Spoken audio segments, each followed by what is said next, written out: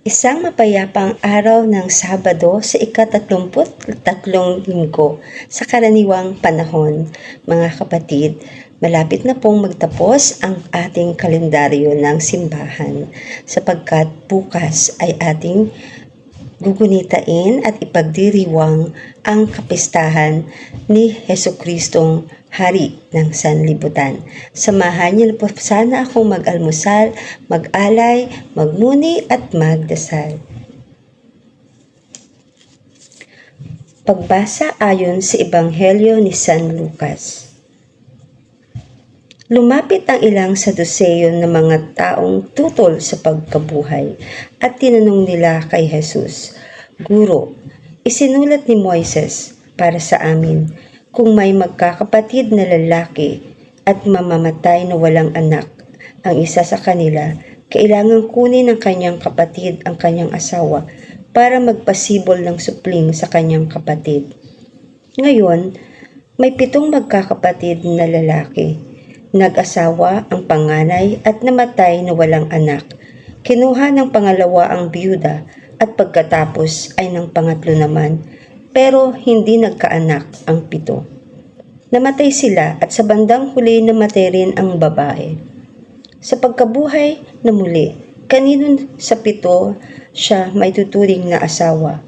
Ang 7 nga ang umangkin sa kanya." Sinagot sila ni Jesus, "Nag-aasawa ang mga taong nasa daigdig na ito, lalaki man o babae. Ngunit hindi na mag-aasawa ang mga ituturing na karapat-dapat sa kabilang buhay at sa pagkabuhay ng mga patay, lalaki man o babae. Hindi na nga sila mamamatay. Kapantay na sila ng mga anghel at ang mga anak na sila ng Diyos matapos silang buhayin. Tiyak na may pagkabuhay ng mga patay. Ipinahiwatig ito kahit na ni Moses sa kabanata ng mga palumpong nang tawagin niyang Diyos ni Abraham, Diyos ni Isaac, at Diyos ni Jacob ang Panginoon. Hindi siya Diyos ng mga patay, kundi ng mga buhay, at buhay na kasama niya silang lahat." Nagsalita ang ilang guro ng batas, "Guro, talagang tama ang iyong sinabi." Mula nooy wala nang nangahas na magtanong pa sa kanya. Ang mabuting balita ayon sa ating kaligtasan.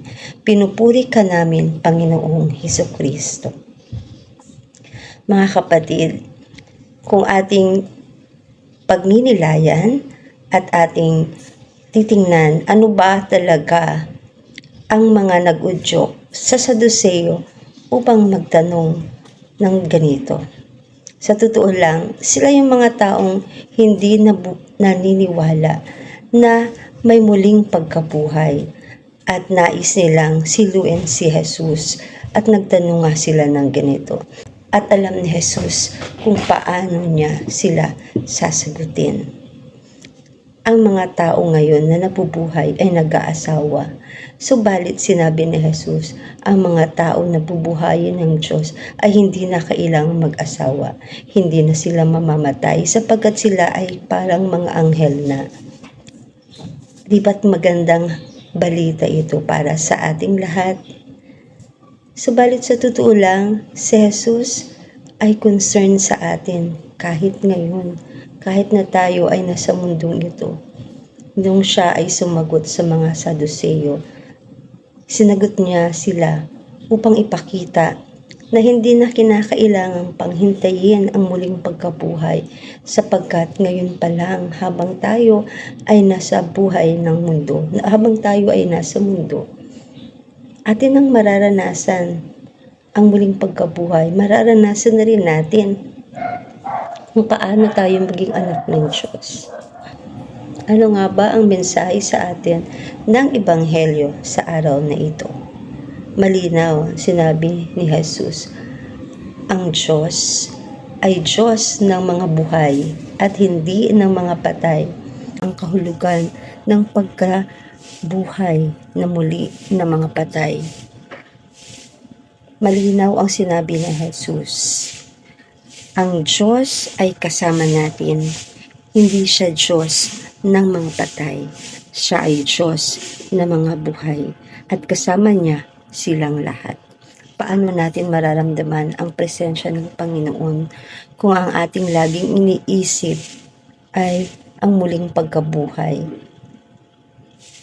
Naniniwala ako na mas mararamdaman natin ang buhay na presensya ng Diyos kung tayo ay magiging bukas lamang sa Kanyang paggabay sa atin sa araw-araw.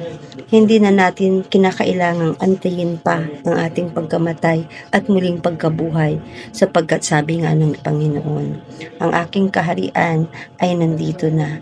Subalit, kinakailangan nating maniwala sa Kanya, gawin ang Kanyang mga nais at makipamuhay sa Kanya sa pamamagitan ng pagmamahal sa ating kapwa.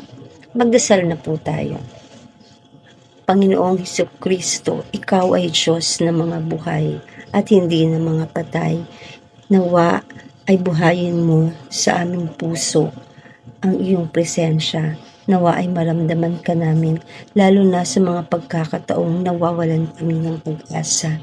Nawa ay aming madama na Ikaw ay buhay kasama namin, hindi lamang sa aming muling pagkabuhay.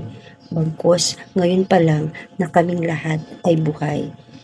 Maraming salamat po sa inyong mga pagbibigay ng biyaya na nagbibigay buhay sa amin sa araw-araw. Amen. Sa ngalan ng Ama, ng Anak, at ng Espiritu Santo. Amen.